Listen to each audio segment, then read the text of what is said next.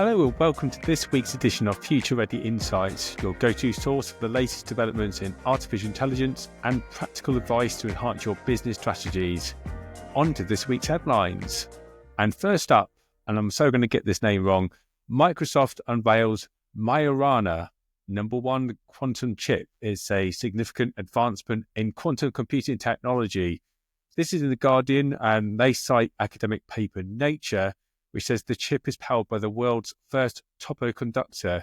And this can create a new state-of-the-art matter that is not a solid, a liquid, or a gas, making it possible to design quantum systems that fit in a single chip, smaller than the palm of a hand.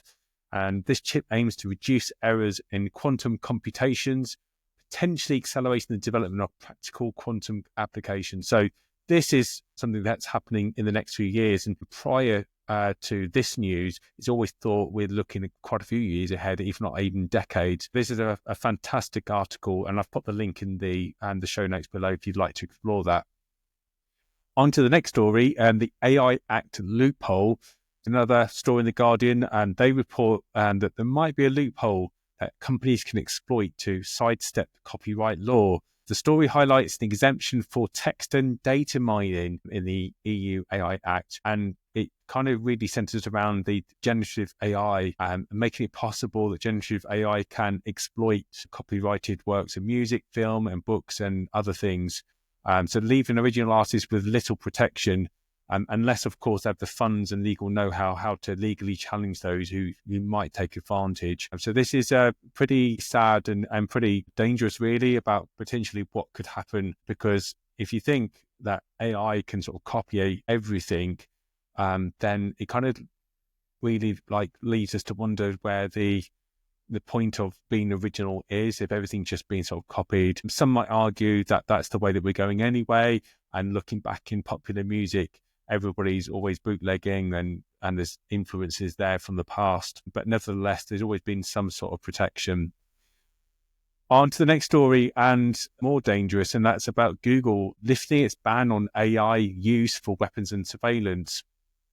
A story I didn't know about until today was that earlier in February, it was reported that Google revised its policies and now permits the use of AI technology their AI technology in the development of weapons and surveillance systems.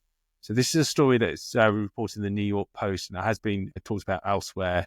But it's a shift in the company's evolving stance on AI applications in defense and security sectors. And I think we may all have a view on this without me having to kind of state the obvious. So an interesting link there. Next, Perplexity, massive update. I think I talked about this last week, but a big update. There's people saying it was this week, but I think I'd seen it last week for me, about the deeper learning aspects of Perplexity. And there's a new button on there that you can click, which allows it to generate much more sort of deeper insights, rather than just getting those kind of quick responses. And I've tried it this week when I've been looking for more information to research my PhD, and I was really impressed. And it's interesting because it some of those searches that I was prompting 15, 20 minutes, but he'd given you a breakdown of how he was checking certain sources and waiting for information, and it was very, very impressive. And so if you've not checked out Perplexity, it's definitely one to check out. Last week, it was AI Action Week in Paris, themed AI for Good. It was a global initiative highlighting ways AI can be applied to address critical issues like poverty, healthcare, environmental degradation, and educational inequalities.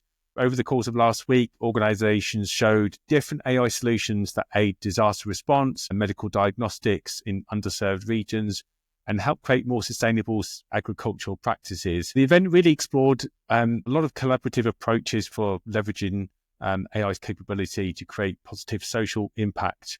It's kind of showing the potential for technology to be a real force for good in the world. But that's not always the case. Of going by some of the stories I'm talking about today.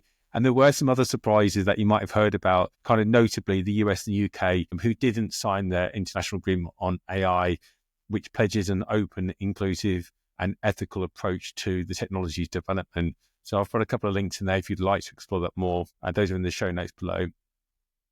And lastly, the Google Imagen 3 AI model. This has had a massive update and now can generate high quality, realistic images, including depictions of humans, making it a potential game changer for advertising, marketing, and creative industries. So it means we're probably going to see much more AI advertisements, so with AI humans in the adverts, because brands can now create ad campaigns much more quickly and easily, and feel a bit more authentic and engaging without the costs and logistics of traditional photo shoots. But then kind of what happens to, some of those jobs as well. So it's an interesting development. And I used LinkedIn ads to create some ads recently.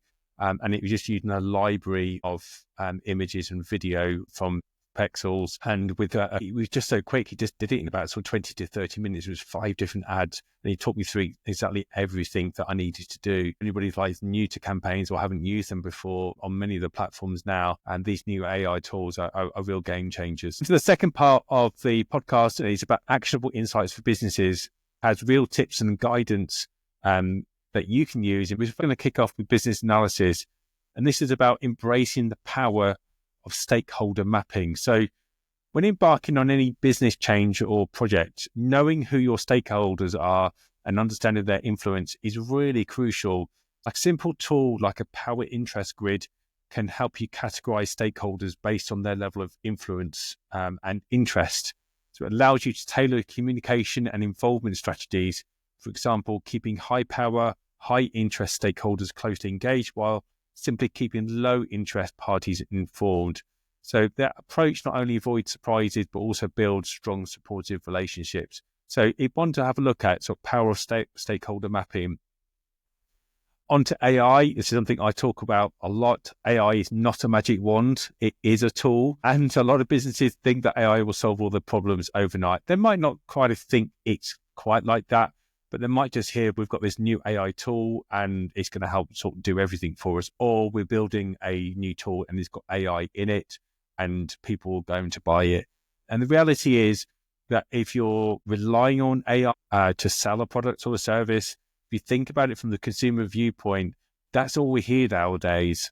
So he's got AI, he's got AI, that's got AI. And now we'll kind of very, very quickly, people becoming quite tired of it. And also that it's just now expected. So last year, it was like, this was just amazing.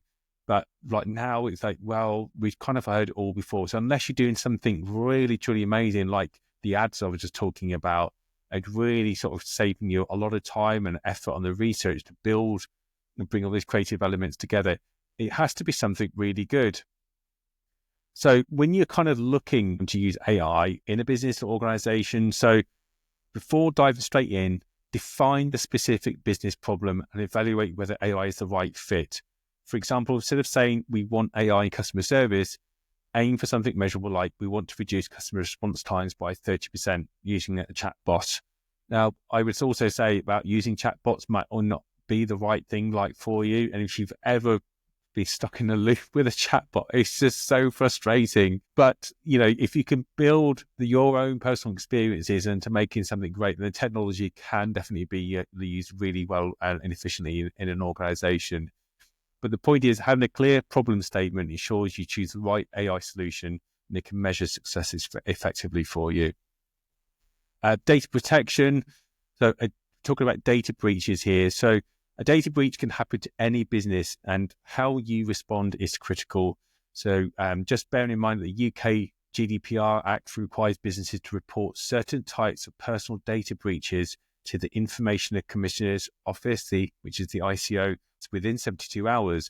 Now, if you're in a different country, certainly within Europe, you'll have your own independent supervisory authority, and also known as an ISA. But for the UK, it's called the Information Commissioner's Office. But beyond legal requirements, transparency is key. So really make sure that you do inform your customers as quickly as possible, outline the potential impact of the data breach, and share what you're doing to mitigate the issue. So the honest approach not only complies with the law, but it also helps maintain trust. So don't wait for people to notice and think you can put it under the carpet, because the likelihood it could build into something a lot more bigger. So being honest helps your customers, and it just shows that you're on it. A final story, IT leadership. So this is about leading with a growth mindset.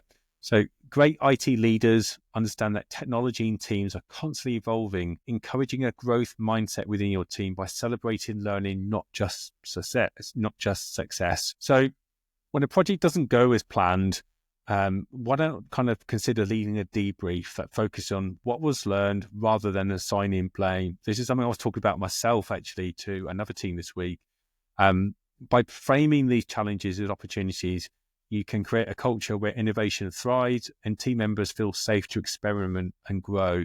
No one likes being the fool or feeling like a fool for suggesting something goes wrong or suggesting something and then being sort of like hit down because everybody else thinks it might be stupid or ridiculous. So though if you've ever been in those situations before, you might think, well, I just won't bother next time.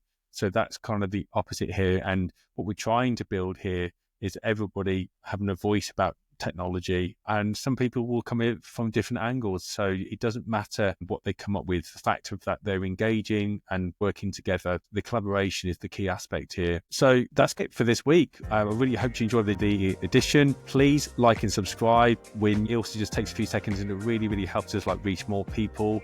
I do hope you found it really helpful and interesting, and I wish you a great week ahead.